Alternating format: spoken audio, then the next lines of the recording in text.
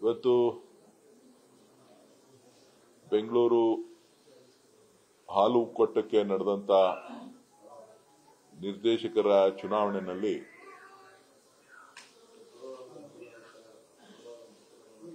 ಬೆಂಗಳೂರು ಗ್ರಾಮಾಂತರ, ಬೆಂಗಳೂರು ನಗರ ಜಿಲ್ಲೆ, ರಾಮನಗರ ಜಿಲ್ಲೆಯಿಂದ ನಡೆದಂತ 14 ಸ್ಥಾನಗಳ ಪೈಕಿ 11 ಸ್ಥಾನಗಳಲ್ಲಿ ಕಾಂಗ್ರೆಸ್ ಪಕ್ಷದ ಬೆಂಬಲಿತವಾಗಿ ಇವತ್ತು ನಿರ್ದೇಶಕರು ಆಯ್ಕೆಯಾಗಿದ್ದಾರೆ. ಅದರಲ್ಲಿ 3 ಕ್ಷೇತ್ರದಿಂದ ಜನತಾದಳ ಮತ್ತು ಭಾರತೀಯ ಜನತಾ ಪಕ್ಷದ ಬೆಂಬಲಿತ ಅಭ್ಯರ್ಥಿಗಳು ಆಯ್ಕೆಯಾಗಿದ್ದಾರೆ. ಅದರಲ್ಲಿ 2 ತಾಂತ್ರಿಕ ಕಾರಣಗಳಿಂದ, ಒಂದು ನ್ಯಾಯಾಲಯದಲ್ಲಿ ನಮ್ಮವರು ಗೆದ್ದಿದ್ದಾರೆ, ಇದು ನ್ಯಾಯಾಲಯದಲ್ಲಿ ತಡೆ ಆಜ್ಞೆ ಇರೋದ್ರಿಂದ ತಡೆ ಹಿಡಿದಿದ್ದಾರೆ.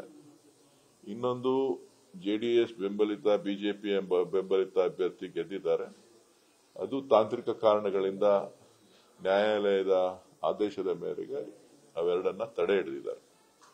ಒಟ್ಟಾರೆ 11 ಮತ್ತು 3 ಸ್ಥಾನಗಳನ್ನ ನಾವು ಗೆದ್ದಿದ್ದೇವೆ. ವಿಶೇಷ ಏನಪ್ಪಾ ಅಂತ ಹೇಳಿದ್ರೆ, ರಾಮನಗರ ಜಿಲ್ಲೆಯ 6 ಸ್ಥಾನಗಳಿಗೆ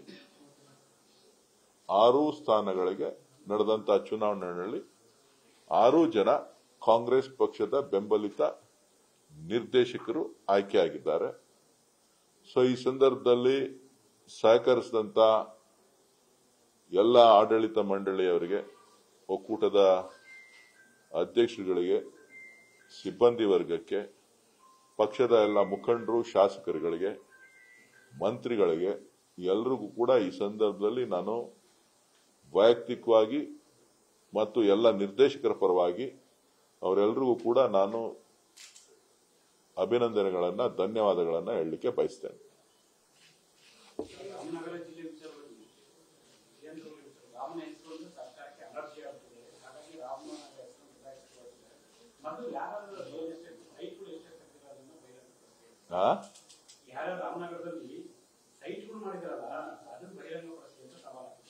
ಯಾವ ಸೈಟ್?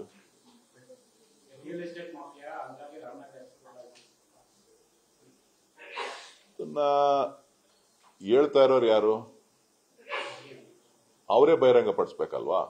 ಅವ್ರೇನ್ ಮಾತಾಡ್ತಾ ಇದ್ದಾರೆ ಅಂತ ಹೇಳಿ ಅವ್ರಿಗೆ ಸ್ಥಿಮಿತ ಇಲ್ಲದೆ ಮಾತಾಡಿದ್ರೆ ನಾನೇನ್ ಮಾಡಕ್ಕಾಗುತ್ತೆ? ರಾಮನಗರದ ಹೆಸರು ಇವತ್ತಿಂದ ರಾಮನಗರ ಹೆಸರಲ್ಲ. ರಾಮನಗರ ತಾಲೂಕು ಅಂತಕ್ಕಂಥದ್ದು ಹಿಂದೆ ಕುಲಾಸ್ಪೇಟೆ ಅಂತ ಇತ್ತು. ವಿಜೇಂದ್ರ ಅವ್ರಿಗೆ ಗೊತ್ತಿದ್ಯೋ ಇಲ್ವೋ ನನಗೆ ಗೊತ್ತಿಲ್ಲ. ರಾಮನಗರ ಅಂತ ಅನ್ನೋದಕ್ಕಿಂತ ಮುಂಚಿತವಾಗಿ ಕುಲಾಸ್ಪೇಟೆ ಅಂತಕ್ಕಂಥದ್ದು ರಾಮನಗರದ ನಿಜವಾದ ಹೆಸರು. ತದನಂತರದಲ್ಲಿ ಅದು ರಾಮನಗರ ಆಯಿತು. ರಾಮನಗರ ತಾಲೂಕಾಗ್ಲಿ, ರಾಮನಗರದ ಹೆಸರನ್ನಾಗ್ಲಿ ನಾವು ಯಾವತ್ತೂ ಕೂಡ ಬದಲಾವಣೆಯನ್ನ ಮಾಡಿಲ್ಲ. ಬೆಂಗಳೂರು ಜಿಲ್ಲೆ ಅಂತ ಏನಿತ್ತು, ಆ ಬೆಂಗಳೂರು ಜಿಲ್ಲೆಯನ್ನ ಮುಂದುವರಿಸಲಿಕ್ಕೆ ಇವತ್ತು ಸರ್ಕಾರ ಆದೇಶ ಮಾಡಿದೆ ಹೊರತು ಇವ್ರ ರಿಯಲ್ ಎಸ್ಟೇಟ್ ಏನಾರ ಇತ್ತು ಅಂತ ಅಂದ್ರೆ ಇವ್ರು ರಿಯಲ್ ಎಸ್ಟೇಟ್ ಮಾಡ್ಲಿ, ಬೇರೆಯವ್ರದ್ದು ಯಾರ್ದಾರ ಏನಾರ ಆಸ್ತಿ ಏನಾರ ಇಲ್ಲಿ ಬರ್ಸ್ಕೊಳ್ಳುವಂತ ಪ್ರಶ್ನೆ ಇಲ್ಲ. ಅನವಶ್ಯಕವಾಗಿ ಜಿಲ್ಲೆಯ ಹೆಸರನ್ನ ಇಟ್ಟುಕೊಂಡು ರಾಜಕಾರಣ ಮಾಡೋದನ್ನ ಬಿಡಿ. ನೀವು ನಿಮ್ಮ ಕಾಲದಲ್ಲಿ ರಾಮನಗರ ಜಿಲ್ಲೆಗೆ ಏನ್ ಕೊಡುಗೆ ಕೊಟ್ಟಿದ್ದೀರಿ ಅನ್ನೋದನ್ನ ಹೇಳಿ. ರಾಮನಗರ ಜಿಲ್ಲೆಗೆ, ಬೆಂಗಳೂರು ದಕ್ಷಿಣ ಜಿಲ್ಲೆಗೆ, ಇವತ್ತು ಬೆಂಗಳೂರು ದಕ್ಷಿಣ ಜಿಲ್ಲೆ ಆಗಿರೋದ್ರಿಂದ ಬಹುಶಃ ಯುವಕರೆಲ್ಲರೂ ಕೂಡ, ರೈತರೆಲ್ಲರೂ ಕೂಡ ಖುಷಿ ಪಡ್ತಾ ಇದ್ದಾರೆ. ಕಾರಣ ಏನು ಅಂತ ಹೇಳಿದ್ರೆ, ನಾವು ಬೆಂಗಳೂರು ಜಿಲ್ಲೆಯವರು ಅಂತ ಹೇಳಿದ್ರೆ ನಮಗೆ ಅಟ್ಲೀಸ್ಟ್ ಉದ್ಯೋಗನಾದ್ರೂ ಸಿಗುತ್ತೆ, ನಮ್ಮ ಕಾಲೇಜ್ಗಳಿಗೆ, ನಮ್ಮ ಯೂನಿವರ್ಸಿಟಿಗಳಿಗೆ ನಮ್ ಗೌರವ ಸಿಗ್ತದೆ, ಬೆಂಗಳೂರಿನಲ್ಲಿ ಓದಿದ್ದೀರಾ ಅಂತ ಹೇಳಿ. ನಾವು ನಮ್ಮ ಮಕ್ಕಳನ್ನ ಎಲ್ಲಾರ ಕೆಲಸಕ್ಕೆ ಕೇಳಿಸ್ಬೇಕು ಅಂತ ಅಂದ್ರೆ ಅನುಕೂಲ ಆಗುತ್ತೆ ಅಂತಕ್ಕಂಥ ಭಾವನೆಯನ್ನ ವ್ಯಕ್ತಪಡಿಸ್ತಾ ಇದ್ದಾರೆ.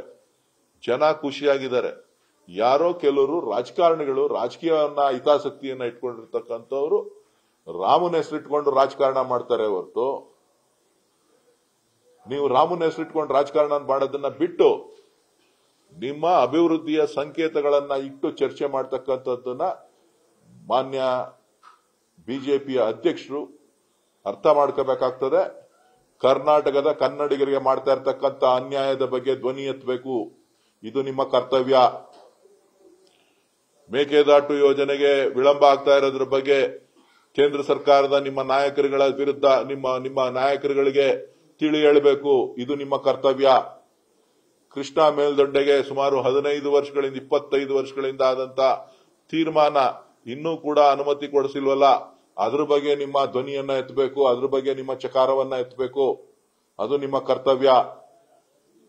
ಕಳಸಾ ಬಂಡೂರಿ ಯೋಜನೆಗೆ, ಕುಡಿಯೋ ನೀರಿನ ಯೋಜನೆಗೆ ನಿಮ್ಮ ಸಹಕಾರ ಸಿಗ್ತಾ ಇಲ್ವಲ್ಲ, ನಿಮ್ಮ ಅನುಮತಿಯನ್ನ ಕೊಟ್ಟಿಲ್ವಲ್ಲ, ಅದ್ರ ಬಗ್ಗೆ ನಿಮ್ಮ ನಾಯಕರುಗಳಿಗೆ, ಕೇಂದ್ರದ ನಾಯಕರುಗಳಿಗೆ, ನೀವು ನಿಮ್ಮ ಪಕ್ಷದವರಿಗೆ ಕರ್ನಾಟಕಕ್ಕೆ ಅನ್ಯಾಯ ಆಗ್ತಾ ಇದೆ ಅಂತಕ್ಕಂಥದ್ದನ್ನ ನೀವು ಹೇಳಬೇಕು. ಅದು ನಿಮ್ಮ ಕರ್ತವ್ಯ. ದಯವಿಟ್ಟು ರಾಮನಗರದ ವಿಚಾರ ಬಿಡಿ.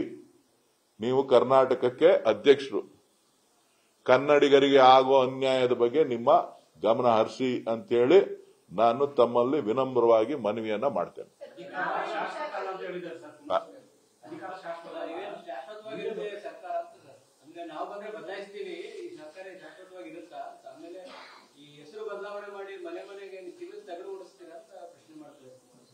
ಕುಮಾರಸ್ವಾಮಿ ಅವರು ಚಿನ್ನದ ತಗಡು ತೊಗೊಟ್ರೆ ಖಂಡಿತ ಓಡಿಸ್ತೀವಿ.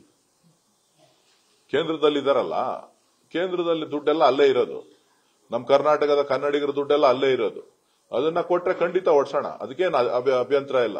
ನಮ್ಮ 5 ಲಕ್ಷ ಕೋಟಿ ಹಣವನ್ನ ಕರ್ನಾಟಕಕ್ಕೆ ಸಂಪೂರ್ಣವಾಗಿ ಕೊಟ್ಟಿದ್ದೇ ಆಯ್ತು ಅಂತ ಅಂದ್ರೆ ಖಂಡಿತ ಮಾಡೋಣ. ಅದರಲ್ಲೇ ತಲೆ ಕೆಡಿಸ್ಕೊಳ್ಳೋದು ಬೇಡ. ಅದ್ರ ಬಗ್ಗೆ ಗಮನ ಹರಿಸ್ಲಿ.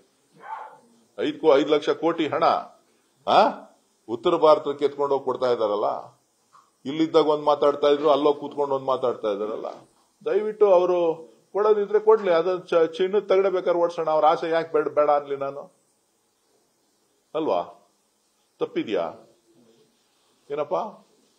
ಕನ್ನಡಿಗರ ದುಡ್ಡು ಅಲ್ವಾ ಅದು? ಬಿಹಾರದಲ್ಲಿ ಹೊಡಿತಾ ಇರೋದು, ರಾಜಸ್ಥಾನದಲ್ಲಿ ಹೊಡಿತಾ ಇರೋದು, ಮಧ್ಯಪ್ರದೇಶದಲ್ಲಿ ಹೊಡಿತಾ ಇರೋದು, ಉತ್ತರ ಪ್ರದೇಶದಲ್ಲಿ ಹೊಡಿತಾ ಇರೋದು. ಆ ದುಡ್ಡೆಲ್ಲ ಕನ್ನಡಿಗರದಲ್ವಾ? ಆ ದುಡ್ಡು ಕೊಟ್ರೆ ಖಂಡಿತ ಅವ್ರೇನ್ ಹೇಳ್ತಾರೆ ಹಂಗ್ ಮಾಡೋಣ. ನ್ಯೂಸ್ ಫಸ್ಟ್, ನಿರ್ಭೀತಿಯಿಂದ ನಿಮ್ಮ ಪರವಾಗಿ.